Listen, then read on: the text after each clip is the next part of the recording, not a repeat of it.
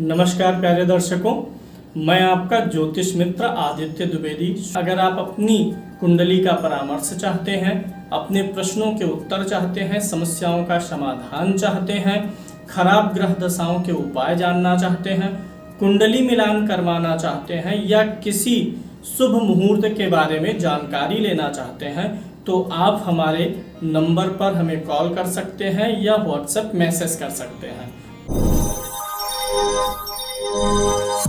आज आपको KP astrology से आपके जो प्रथम भाव का उपनक्षत्र स्वामी होता है उसके फलादेश के बारे में बताएंगे। बहुत ही रोचक होता है। आप अपने बारे में काफ़ी चीज़ें जान सकेंगे कि आपका रुझान और रुचि किस क्षेत्र में है, आपकी जो बुद्धि है, आपकी आत्मा है, वो किधर झुकाव रखती है।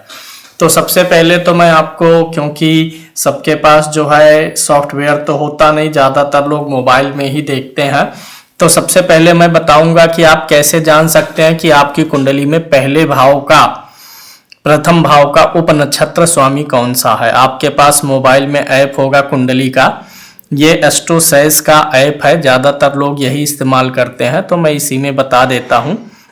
सबसे पहले आप अपनी डेट ऑफ बर्थ, टाइम वगैरह भर लेंगे और जब कुंडली खोलेंगे तो इस प्रकार से खुलेगा।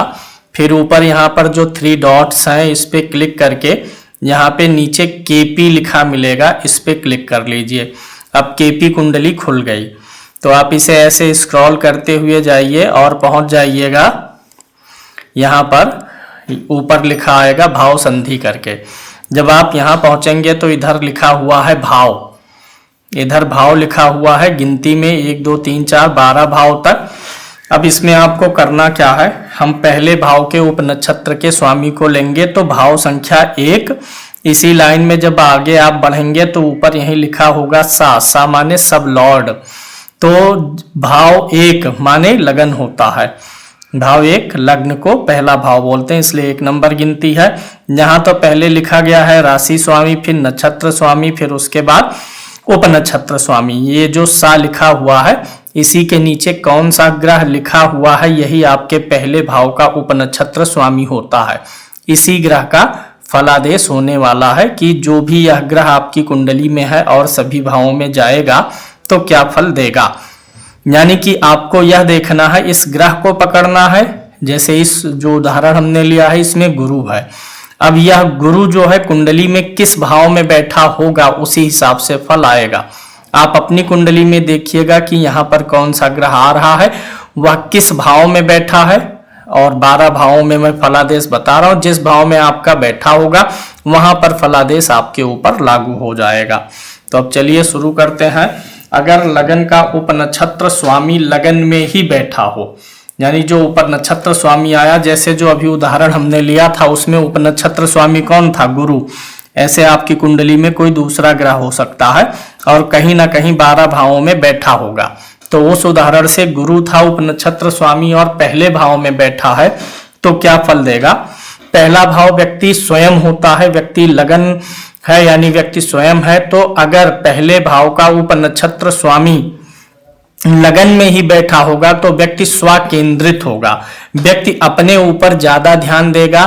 अपने ऊपर ध्यान देने का मतलब अपने पहनावे, रहन सहन, अपनी पर्सनालिटी, अपने बुद्धि, अपने विवेक पर ज्यादा भरोसा करेगा, अपने ऊपर ज्यादा केंद्रित रहेगा, अपनी बुद्धि पर ज्यादा रिले करेगा, अपने सोच और विचार को महत्व देगा और उसी अनुसार कार्य करेगा।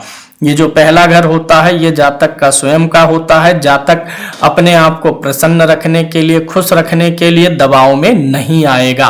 यानी अगर पहले भाव का उपनक्षत्र स्वामी लगन में ही बैठा है तो आप स्वकेंद्रित होंगे, अकेले चलेंगे, अपने निर्णयों से दूसरों के निर्णयों से प्रभावित नहीं होंगे, अपना फैसला खुद करेंगे, अपनी जिंदगी खुद जिएंगे। वहीं अगर उपनक्षत्र स्वामी दूसरे भाव में बैठ जाए, जैसे यहाँ पर गुरु था तो ये दूसरे भाव में आ गया, अगर ये उपनक्षत्र स्वामी दूसरे भाव में आता है तो क्या होगा, दूसरे भाव के फल आपके व्यक्तित्व में शामिल हो जाएंगे। अब ये क्या होता है, दूसरा भाव कुटुंब का होता है, परिवार का होता है। तो अगर पहले भाव का उपनक्षत्र स्वामी द्वितीय भाव में है तो आप धन केंद्रित रहेंगे, आपका जीवन धन केंद्रित रहेगा, यानी आप धन कमाने की, बचाने की, धन को महत्व देने की इच्छा जीवन में रखेंगे। दूसरा भाव कुटुंब का है, कुटुंब को आप बड़ा वैल्यू देंगे, परिवार को बहुत वैल्यू देंगे और यहाँ पर धन और कुटुंब दोनों में अच्छा तालमेल बनाएंगे। द्वितीय भाव वाणी का भी होता है, आप अपने जीवन में इस विचारधारा पे चलते हैं कि वाणी का बड़ा योगदान होता है और वाणी कुछ आपकी विशेष हो सकती है।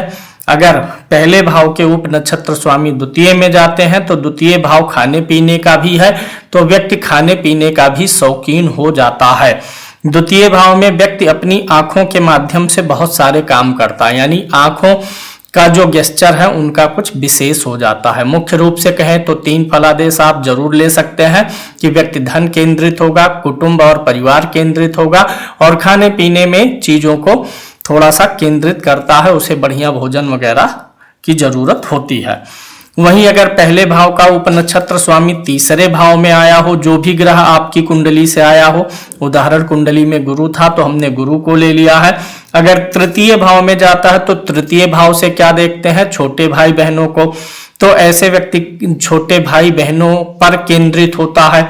तृतीय भाव जो होता है यात्राओं का होता है, उसे यात्राएं करना पसंद हो सकती हैं और जातक हमेशा जीवन में बदलाव करने के लिए आतुर रहता है, बदलाव पसंद होता है। साथ ही साथ तृतीय भाव संप्रेषण का है, कम्युनिकेशन का है, लेखन का कार्य हो गया, बोलने से जुड़े हुए कार्यों में रुचि होना, या फिर जो आईटी है, इंटरनेट है, टेलीकम्युनिकेशन है, इन सारे चीजों का प्रयोग व्यक्ति अपने जीवन में पर्याप्त रूप से करता है। यानी अगर पहले भाव का उपनक्षत्र स्वामी तीसरे में है तो आपके व्यक्तित्व में तीसरे भाव के गुण आ जाते हैं। अगर आपके पहले भाव का जो उपनक्षत्र स्वामी है अगर वह चतुर्थ भाव में आके बैठेगा तो चतुर्थ भाव केंद्रित आपका व्यक्तित्व हो जाएगा। चतुर्थ भाव क्या होता है, शिक्षा का होता है, व्यक्ति अपनी शिक्षा पर ध्यान देता है। घर, गाड़ी, मकान, जो भौतिक सुख है, घरेलू सुख है, परिवार का सुख है, उस पे केंद्रित रहता है और उसका झुकाव और लगाव माता की तरफ भी रहता है। चतुर्थ भाव जलीय स्थान भी होता है, ऐसे लोगों को जलीय स्थान भी काफी प्रिय आते हैं, लगते हैं। जलीय स्थानों पर घूमना, टहलना और ऐसे लोगों को विभिन्न प्रकार के वाहनों का भी शौक होता है, प्रॉपर्टी खरीदने का शौक होता है, गाड़ियों आदि में वैरायटी इनको ज्यादा पसंद आती है। तो अगर लग्न का पहले भाव का उपनक्षत्र स्वामी चौथे में जाता है तो ऐसा व्यक्ति चौथे भाव के जुड़े हुई चीजों से केंद्रित हो जाता है। ऐसे व्यक्ति पब्लिक के बीच में रहना पसंद करते हैं, सामाजिक होते हैं, हंसमुख होते हैं और यहाँ पर उनको जमीन जायदाद, वाहन वगैरह से लाभ मिलता है। शिक्षा की ओर अपने केंद्रित रहेंगे और पारिवारिक सुख को मेंटेन रखने में अपना पूरा प्रयास भी करते हैं। वहीं अगर लगन का उपनक्षत्र स्वामी पंचम भाव में चला जाता है तो पंचम भाव से संतान देखते हैं। ऐसे लोगों का विशेष झुकाव संतान की ओर से रहता है, संतान के को प्यार देना, संतान से प्रेम की ज्यादा आकांक्षा करना होता है। पूजा पाठ और मंत्र वगैरह में भी ऐसे लोग संलग्न रहना पसंद करते हैं, ध्यान लगाना पसंद करते हैं। सट्टा बाजार में और इसके अलावा शेयर मार्केट में इस प्रकार की जो लाभ देने वाली चीजें हैं, शेयर, सट्टा, लॉटरी, इन सारी चीजों में भी उनकी अभिरुचियां होती हैं। उन्हें जो है क्रिएटिविटी ज्यादा पसंद होती, क्रिएटिव माइंड के होते हैं, इमेजिनेशन पावर बड़ी अच्छी होती है। कला, नाटक आदि के क्षेत्रों में ऐसे लोगों की बहुत विशेष रुचि होती है। किसी भी चीज को इमेजिन करके अच्छा बनाना ऐसे लोगों को बड़े अच्छे तरीके से आता है और इनके जीवन में बुद्धि का महत्व अधिक होता है क्योंकि ये पंचम भाव बुद्धि का होता है। बुद्धि और कल्पनाओं से जुड़ी हुई चीजों में इनको ज्यादा महारत हासिल होती है। वहीं अगर प्रथम भाव के उपनक्षत्र स्वामी जा करके छठे भाव में बैठे हों, जो कोई भी ग्रह आपकी कुंडली में हो वह अगर छठे भाव में आया है तब क्या है, छठा भाव रोग, ऋण और शत्रुओं का होता है, सेवा का होता है। तो ऐसे लोग सेवा करने में विशेष रुचि रखते हैं, नौकरी में अधिक रुचि रखते हैं, नौकरी में टाइम के पाबंद होते हैं, नौकरी के प्रति जो है ईमानदार होते हैं। हालांकि या तो कोई ना कोई रोग या तो कोई ना कोई ऋण इनके पीछे लगा रह सकता है, वह इनका पीछा पकड़े रहेगा, या कोई शत्रु, रोग ऋण शत्रु में से कोई एक पीछा पकड़े रहेगा। हालांकि ये अपने काम में, नौकरी में अधिक रुचि लेते हैं और ईमानदार होते हैं। पालतू जानवरों के प्रति भी इनकी रुचि होती है। पालतू जानवर इनके मन में होता है कि हम पालें, और ननिहाल पक्ष की तरफ इनका झुकाव अधिक होता है। वहां के ननिहाल पक्ष के सदस्यों के प्रति ये विशेष प्रीति भी रखते हैं। अगर पहले भाव का उपनक्षत्र स्वामी 7वें भाव में गया हो, कोई भी ग्रह हो, और वह अगर 7वें भाव में जाएगा तो पति पत्नी में प्रेम अधिक रहेगा। वह व्यक्ति अपने जीवन साथी से जो है ज्यादा अटैच्ड रहेगा। हर कार्यों में उसकी सलाह लेना, उनसे राय लेना, ये सारी चीज कर सकते हैं। व्यक्ति की सोच जो है वो कारोबारी रहेगी। व्यक्ति हमेशा लोगों को साथ ले करके काम करना पसंद करेगा, यानी साझेदारी उसे पसंद आती है, पार्टनरशिप में व्यवसाय करना चाहता है। और ऐसे लोग डोमेस्टिक रूप से काफी यात्राएं करते हैं। डोमेस्टिक ट्रेवल करने की इनकी काफी इच्छा होती है, मन में विचार आते हैं पूरे भारत भ्रमण के।